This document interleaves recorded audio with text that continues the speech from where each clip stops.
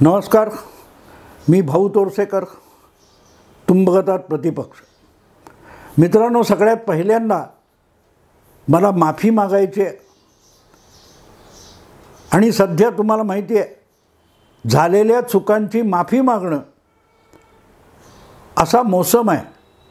महाराष्ट्राचे सर्वात जाणते नेते म्हणून ओळखले जाणारे शरद पवार या 18व्या लोकसभा निवडणुकीच्या निमित्ताने आपल्या पक्षाचा समावेश असलेल्या महाविकास आघाडीचा प्रचार करायला जिथे जिथे फिरत आहेत, तिथे तिथे आपल्या उमेदवाराला मत मागण्यापेक्षा आपण आजवर केलेल्या चुकांची माफी मागत शरद पवार फिरत आहेत. 40 वर्षात झालेल्या चुका दुरुस्त करण्यासाठी शरद पवार फिरत आहेत आणि त्यासाठी आधी झालेल्या चुकांची माफी मागत आहेत. तर मग भाऊ तोरसेकर कोण लागून गेला? भाऊ तोरसेकरकडून सुद्धा एखाद्या व्हिडिओमध्ये वक्तव्य करताना चूक झाली असेल तर त्याची माफी मागितलीच पाहिजे. आणि म्हणून मी यापूर्वी अनेकदा माझ्या वक्तव्यामध्ये ज्या चुका झाल्या, त्रुटी राहिल्या, त्याच्याबद्दल माफी मागितलेली आहे. आणि माफी मागायला मला अजिबात लाज वाटत नाही, अजिबात लाज वाटत नाही. आणि त्याचं कारण, माझ्याकडून चूक झाली हे एक तर कारण आहेच, पण माझं नाव तोरसेकर आहे, माझं आडनाव तोरसेकर आहे. तोरसेकर, सावरकर वगैरे अशी जी माणसं असतात त्यांना माफी मागायला काही लाज वाटत नाही. गांधी नावाची माणसं माफी मागत नाहीत. आणि माझं नाव गांधी नसल्यामुळे किंवा माझं आडनाव गांधी नसल्यामुळे मी मोठ्या अभिमानाने माफी मागतो. माफी अशासाठी मित्रांनो, 25 एप्रिलला मी जो चंद्रकांत दादा, राघोबा दादा अशा शीर्षकाचा व्हिडिओ टाकला आहे, त्याच्यामध्ये मी राघोबा दादांची पत्नी म्हणून आनंदीबाई यांच्याऐवजी गोपिकाबाई असा उल्लेख केला आहे. आणि ती भयंकर मोठी चूक आहे. बोलण्याच्या ओघात डोक्यात काय इतर विषय असतील माहीत नाही, पण ती चूक झाली. आणि ती चूक झाली ही माझ्याही लक्षात आली नाही हे पण कबूल केलं पाहिजे. कारण विषय ज्या वेळेला लोकांसमोर टाकतो, त्याचं काय ते थंबनेल वगैरे बनवतो, डिस्क्रिप्शनमध्ये येतं, त्याच्यामध्ये गोपिकाबाई हे नाव आहे. म्हणजे मला दिसत होतं, पण तरी माझी ट्यूबलाईट पेटली नाही की गोपिकाबाई हे नाव चुकीचं आहे. आणि ती चूक झाली तर झाली, ती कबूल केली तरच ती तात्काळ दुरुस्त करता येते. तिच्याकडे कानाडोळा केला किंवा चूक झाकायचा प्रयत्न केला तर माणूस अधिकाधिक चुका करत जातो आणि त्या चुकांचा एक डोंगर तयार होतो. आणि जेव्हा तो डोंगर पार करून पलीकडे जाणं अशक्य होतं, तेव्हा शरद पवारांसारखी अवस्था येते, शरद पवारांसारखी अवस्था येते. आणि म्हणून तो जो गुरुवार 25 एप्रिलला सकाळी व्हिडिओ टाकला आहे, पत्रकारांमधल्या गोपिकाबाई, तिथे आनंदीबाई असा शब्द पाहिजे होता. कारण पेशवाईतल्या या आनंदीबाईंच्या पाताळयंत्री स्वभावामुळेच पेशवाईचा सगळा डामडौल बिघडत गेला, तोल बिघडत गेला. असो, तो इतिहासाचा भाग आहे.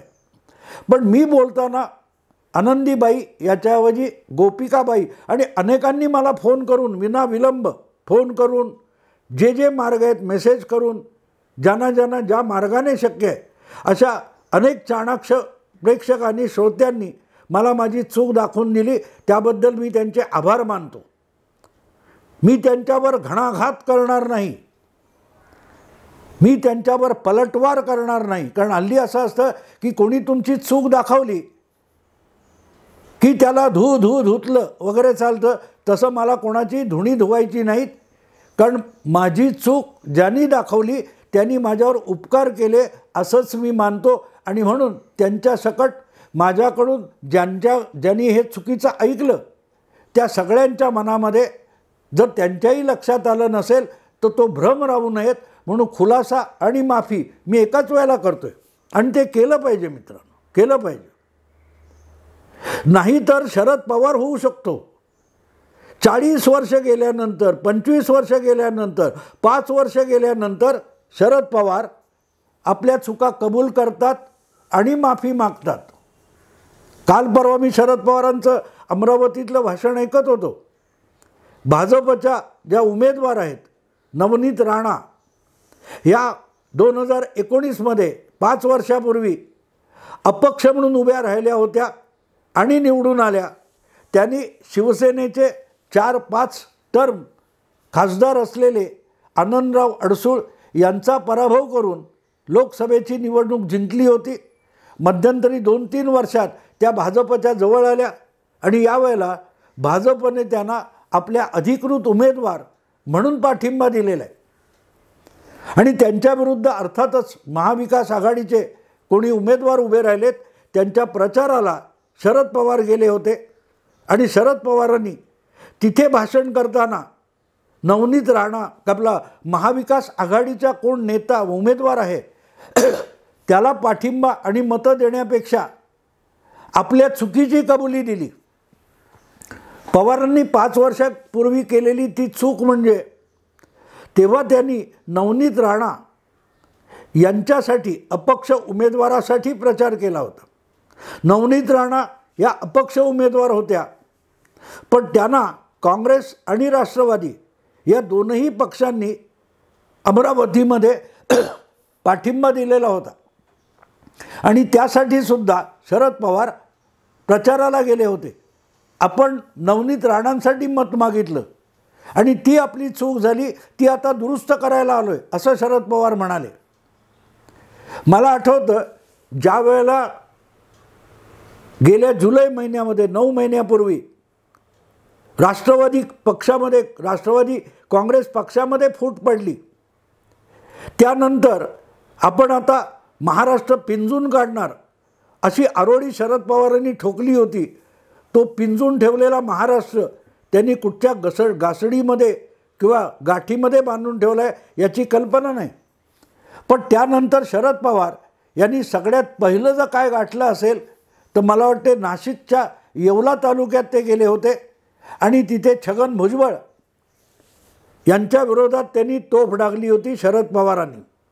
आणि आपण छगन भुजबळांना आपल्यासोबत घेऊन काँग्रेस पक्षात, नंतर राष्ट्रवादी पक्षात, तिथून मग मंत्री, उपमुख्यमंत्री वगैरे वगैरे केलं. ही आपली सगळ्यात मोठी चूक होती.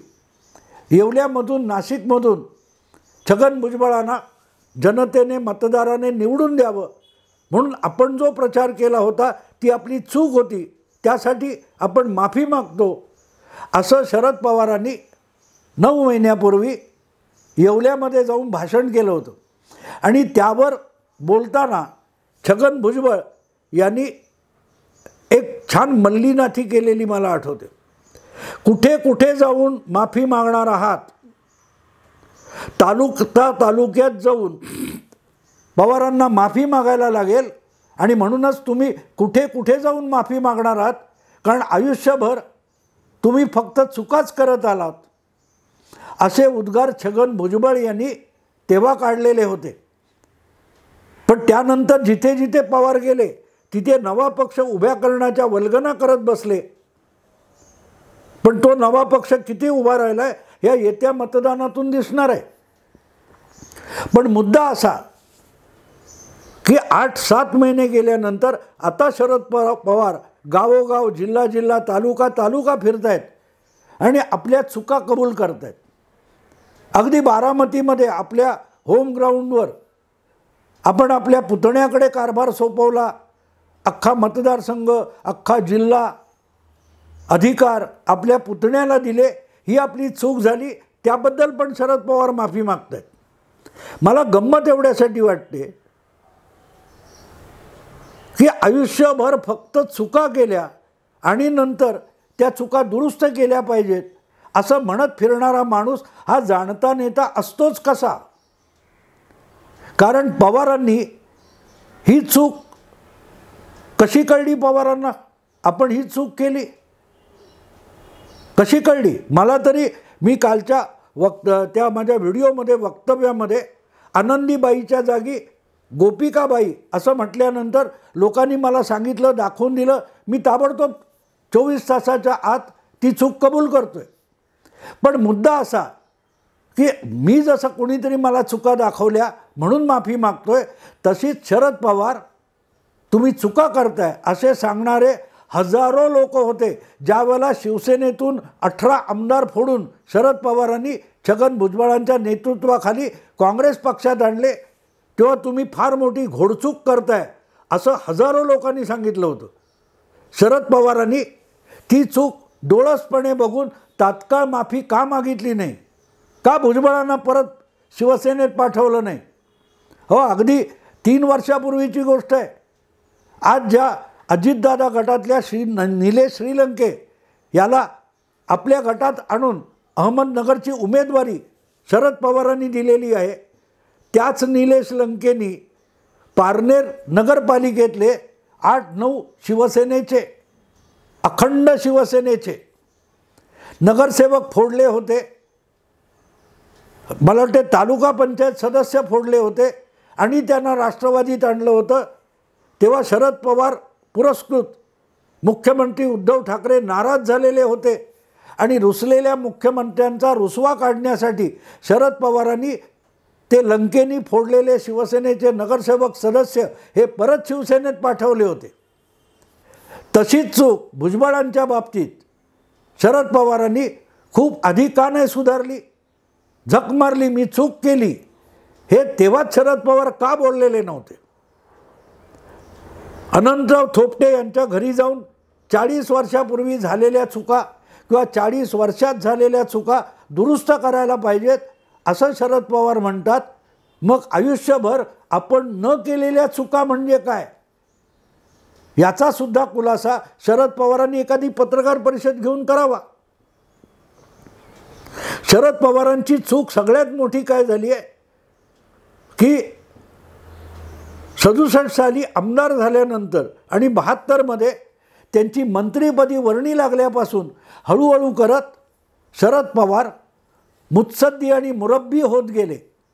आणि मुरब्बी राजकारण म्हणजे दुसऱ्यांच्या भानगडीत नाक खुपसणं, आपलं काही केलं नाही तरी चालेल पण दुसऱ्यांची नासाडी करणं, आणि आपण जे दुसऱ्यांची गोची करून टाकतो, कोंडी करून टाकतो, नुकसान करतो, त्यालाच मुरब्बीपणा म्हणायचं, मुत्सद्दीपणा म्हणायचं. यासाठी माध्यमातून डंका पिटून घ्यायचा, त्यासाठी माध्यमातल्या ठराविक नामवंत पत्रकारांना आपल्या जनानखान्यात आणून बसवायचं. ही शरद पवारांनी केलेली सगळ्यात मोठी चूक आहे. कारण हे सगळे स्तुतीपाठक भाट चमचे गोळा केले, त्या प्रत्येक चमच्याने पवारांच्या प्रत्येक चुकीवर जाहीरपणे पांघरून घातलं आणि पवारांनी केलेली जी चूक आहे ती जे लोक सांगत होते त्यांचा आवाज शरद पवारांपर्यंत पोहोचू दिला नाही. जे लोक तुमच्या मूर्खपणावर चुकांवर पांघरून घालत होते त्यांनाच तुम्ही बुद्धिमान समजून बसलात. शरद पवार ती सगळ्यात मोठी चूक आहे. आणि त्यापेक्षाही मोठी जर चूक, सगळ्यात एकमेव चूक शरद पवारांनी कुठली केली असेल तर आपण मुरब्बी आहोत, आपण अत्यंत पाताळी यंत्री आहोत, आपण फार बुद्धिमान आहोत, आपण शतरंज के खिलाडी आहोत, आपण होत्याचं नव्हतं करू शकतो, आपण पावसात भिजून राजकारण बदलू शकतो. हा जो भ्रम शरद पवारांनी स्वतःविषयी निर्माण केला, जगात पसरवला, ती शरद पवारांची सगळ्यात मोठी चूक आहे. कारण गेल्या विधानसभा निवडणुकीच्या प्रसंगात शरद पवार जे पावसात भिजले, ते भिजल्यामुळे महाराष्ट्राच्या राजकारणात कुठचाही काडी मात्र फरक परिवर्तन झालेलं नव्हतं. त्या निवडणुकीत भाजप शिवसेना युतीला निर्विवाद बहुमत मिळालेलं होतं. त्यापैकी शिवसेनेच्या 56 आमदारांची वाटमारी शरद पवारांनी केली आणि जनतेने नाकारलेलं असताना शरद पवार सत्तेत येऊन बसले. ही जी लांडी लबाडी शरद पवार आयुष्यभर करत आले ती त्यांची सगळ्यात मोठी हिमालया एवढी घोडचूक होती. आणि असली सगळी चलाखी, लबाडी, भामटेगिरी करणं म्हणजे मुरब्बी राजकारण आहे, अशी जी समजूत शरद पवारांनी करून घेतली स्वतःची, किंवा त्यांच्या चमचे स्तुती पाठकांनी ही शरद पवारांची समजूत करून दिली, ही शरद पवारांची सगळ्यात पहिली आणि महत्त्वाची चूक आहे आणि त्यातून शरद पवार अजूनही बाहेर पडायला तयार नाहीत. मी एकदा माझ्या लेखात म्हटलेलं होतं की शरद पवार हा अत्यंत स्कॉलर मुलगा आहे. मेहनत करून कष्ट घेऊन त्याने भरपूर अभ्यास केला तो सहजगत्या मेरिट लिस्टमध्ये येऊ शकतो, गुणवत्ता यादीत येऊ शकतो. पण अभ्यास करायचा नाही, मेहनत घ्यायची नाही, उडाणटप्पूपणा करायचा आणि परीक्षेच्या वेळेला कॉपी करायची आणि कॉपी करताना पकडलं जायचं आणि परत परत नापास होऊन त्याच इयत्तेत पडून राहायचं. 40 वर्षापूर्वी शरद पवार पहिल्यांदा काँग्रेस बाहेर पडून पक्षनेता म्हणून निवडणूक लढले 80 साली आणि त्यांचे 54 आमदार निवडून आले होते. 39 वर्षानंतर 2019मध्ये परत एकदा शरद पवारांच्या पक्षाला फक्त 54 आमदार मिळाले होते. तरी पावसात भिजून साहेबांनी चमत्कार घडवला अशी जी चमचेगिरी चालते ती ऐकून पवार स्वतःवरच फिदा होतात. ती त्यांच्या आयुष्यातली सगळ्यात मोठी चूक आहे. आपण कायम बरोबर असतो हा जो समज शरद पवारांनी स्वतःचा करून घेतलेला आहे ती शरद पवारांची सगळ्यात मोठी चूक आहे. आणि जोपर्यंत तुम्ही चूक स्वीकारत नाही, मान्य करत नाही, लपवायचा प्रयत्न करता तेव्हा तुम्ही पुढच्या आणखीन चुका करत जाता. आणि त्यामुळेच शरद पवारांची आज त्यांच्याच बालेकिल्ल्यामध्ये तारांबळ उडालेली आहे. अर्ज भरायचा, मग अजितदादा असोत, शरद पवार असोत किंवा सुप्रियाताई असोत, अर्ज भरायचा आणि राज्यभर प्रचाराला निघून जायचं, इतर उमेदवारांच्या प्रचारासाठी भाषणं ठोकायची. बस प्रचाराची मुदत संपण्याच्या दिवशी शेवटची सभा बारामतीत घ्यायची. या पलीकडे बारामतीकडे पवारांना किंवा त्यांच्या परिवाराला वळूनसुद्धा बघावं लागत नव्हतं. तो सगळाच्या सगळा पवार परिवार गेले महिनाभर बारामती लोकसभा मतदारसंघात अडकून पडलेला आहे. याचं एकमेव कारण असं आहे तो म्हणजे पवारांनी कधीच चुकायचं नाही आणि आपण चुकत नाही हे जी ठरवून टाकलं ती त्यांची ही सगळ्यात मोठी घोडचूक आहे. आपण चुकत नाही हा पवारांनी करून घेतलेला समज ही शरद पवारांची सर्वात मोठी चूक आहे. ती त्यांनी मान्य करावी. आजपर्यंत ज्यांचं नुकसान त्यातून झालं बाजूला ठेवा, पण आपण स्वतःशी कबूल करावं ही माझी चूक झाली आणि यापुढेही चूक होता कामा नये.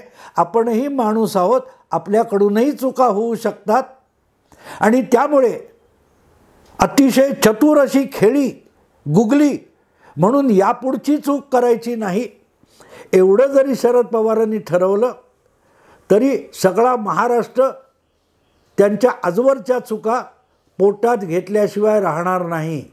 महाराष्ट्र तेवढा उदात्त आहे, महाराष्ट्राच्या जनतेकडे तेवढं औदार्य आहे. चूक मान्य करणाऱ्याला चूक माफी देणं, त्याची चूक माफ करणं हे औदार्य महाराष्ट्रात भरपूर आहे. फक्त चूक करणारा असावं, चूक करणाऱ्याने चूक स्वीकारण्याची हिंमत दाखवली पाहिजे. शरद पवारांकडे तेवढी हिंमत आहे का? असती तर आज या वयात पदोपदी त्यांच्या सगळ्या चतुराईचे इतके जाहीरपणे धिंडवडे निघाले नसते. कदाचित यूट्यूब असेल, सोशल मीडिया, डिजिटल मीडिया अशी पर्यायी माध्यमं उभी राहिली नसती तर ते धिंडवडे आजही उडाले नसते. कारण पवारांनी पत्रकारांचा जनानखाना बाळगलेला आहे. असो, अजूनही वेळ गेली असं म्हणता येत नाही. हा गडी थांबणार नाही असं शरद पवार म्हणतात.